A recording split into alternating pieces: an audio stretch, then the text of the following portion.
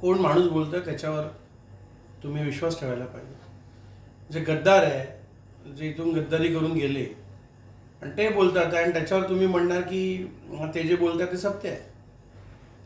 असं आता कसं आहे की आता जे लोक बाहेर आलेले आहे, विरोधात गेलेले आहे, ते काही बोलतात त्याला व्हॅल्यू नाही आहे. साधं आपल्या पण पहा ना, आता तुम्ही पवार फॅमिलीमध्ये फूट आली तर अजित पवार आज काय काय बोलायला तयार झालेले आहे.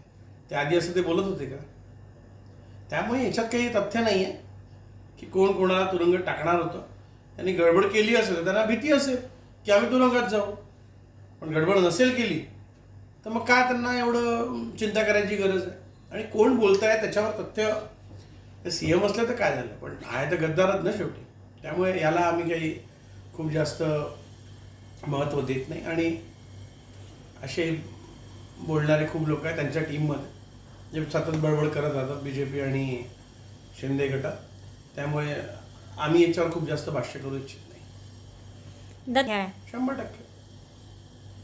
कारण राऊतसाहेब ज्या वेळेला आमचं सरकार होतं, उद्धवसाहेब जेव्हा मुख्यमंत्री होते तेव्हा राऊतसाहेब पारदर्शकतेने सगळं विषय बघत होते, सगळ्या गोष्टी समजत होते आणि सगळ्या गोष्टींमध्ये ते नो डाऊट रोज मातोश्रीला जायचे, रोज साहेबांशी बोलणं व्हायचं उद्धव साहेबांशी. तर त्यांना प्रत्येक गोष्ट अशी माहीत राहायची आणि राऊतसाहेब जे बोलतात ते 100% सत्य आहे.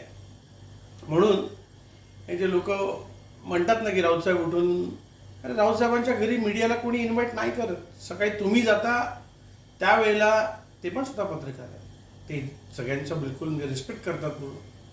तुम्ही गेल्यावर तर तुम्हाला पण तर ते तुम्ही जाता ना, बोलवत कोणीच नाही. पण राऊतसाहेब जे या विषयावर बोलले ते 100% 100% सत्य गोष्ट आहे. शेवटी ते पण आमदार आहे, ते पण मंत्री होते, तर हस्तक्षेप त्यांच्या डिपार्टमेंटला ते करतीलच.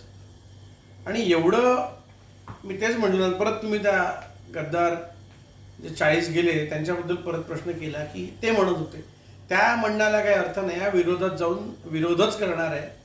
ते काही चांगल्या गोष्टी सांगणार आहे का की आदित्य साहेबांनी पर्यावरण मंत्री असताना हे चांगलं काम केलं, टुरिझम त्यांच्या अंडर होतं त्यांनी हे केलं, असं काहीतरी चांगलं म्हटलं आहे का त्यांनी?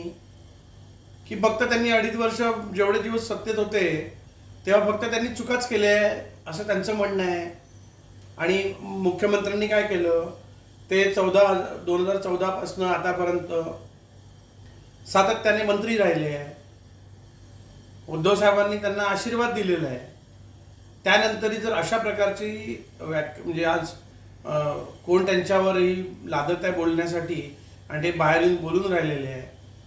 म्हणजे कसं आहे की स्वतःचं ठेवावं झाकून आणि लोकांचं पाहावं वाकून, ही जी सवय झालेली आहे ना, ही मुळात चुकीची. आणि ज्याप्रमाणे मुख्यमंत्री आज विरोधात फक्त आता विरोधी पक्ष आम्ही आहे की ते आहे तेच कळत नाही आहे.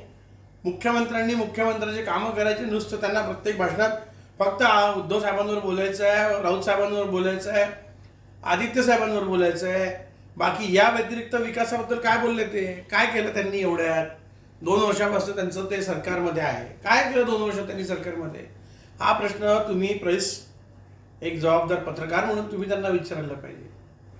आज हिंमत आहे का त्यांची उद्धव साहेबांसमोर डोळ्याला डोळे लावून बोलायची?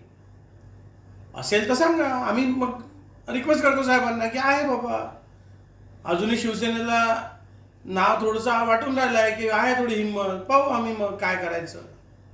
त्यामुळे मॅडम असं ते काय म्हणतात त्याच्यावर आम्ही काही गद्दारांच्या विषयावर बोलणार नाही, कारण इच्छाच नाही आहे बोलायची. पण जे बोलतात आहे ते दादांत खोटं आहे. आदित्य ठाकरे यांना मुख्यमंत्री बनवायचे होते, मात्र स्पीड ब्रेकर वाटत होतो त्यांना, असंही एकनाथ शिंदे म्हणाले. म्हणजे आदित्य साहेब CM व्हायचं होतं आणि एकनाथ शिंदेसाठी स्पीड ब्रेकर, तर हा तालमेलच काही जमून नाही राहिलेला आहे मला. आदित्य साहेब आमदार झाले, आमदार झाल्यावर त्यांना त्या पर्यावरण आणि त्या जे डिपार्टमेंट होतं त्याच्याबद्दल त्यांना चांगल्यापैकी नॉलेज होतं, त्यांचा व्यवस्थित अभ्यास होता त्याच्यावर, त्यामुळे त्यांना मंत्री बनवण्यात आलं. आणि हे UD होते, तर CM आणि UDचं म्हणजे नगरविकास आणि मुख्यमंत्री यातला काही तालमेल दिसून नाही राहिलेलं आहे. त्यामुळे तेच म्हणताना ते काय बोलतात आहे ते सध्या डिस्टर्ब आहेत, कारण त्यांना माहिती आहे की जेवढ्या त्या सीट्स लढणार आहे त्यातल्या फक्त 3 सीट 4 सीट आल्या तर आल्या. तसंच BJPने त्यांना जेवढं कमिटमेंट केलं होतं किंवा जेवढं हे करायचं होतं, राष्ट्रवादी आली, अजित पवार आले, त्यामुळे परत त्यांचं नुकसान झालेलं आहे. आणि त्या धक्क्यातनं ते आता सावरून नाही राहिलेलं आहे की आता आपल्या सीट येतील कसं. त्यांचे बघा ना तुम्ही 2 कॅन्डिडेट 3 कॅन्डिडेट तर असेच बदललेले आहे. म्हणजे हेमंत पाटलाला तिकीट नाही दिलेली आहे, भावना गवळीला तिकीट दिलेली नाही आहे, कृपाल तुमानेला तिकीट दिलेली नाही आहे. प्लस आता नाशिकचेही मला काहीतरी अडचण दिसते गोडसेच्या नावावर. तर आता तुम्हीच बघा ना, नाही तर आमच्याकडे सांगा की कोणाला चेंज केलं आणि कोणाला आम्ही घेतलं. त्यामुळे मॅडम या विषयावर त्यांनी त्यांची स्वतःची एकदा काय म्हणतात त्याला आत्मपरीक्षण करावं आणि मग पुढे येऊन असं कॅमेऱ्यावर काही बोलावं. आज खरंच त्यांना एक काहीतरी म्हणजे त्रास होतो असं मला जाणवतं त्यांच्या बोलण्यातनं, की ते फसले आहे BJPत जाऊन. आज त्यांना हे जाणवून राहिलेलं आहे, त्यामुळे त्या नैराश्यातनं ते हे बोलतात.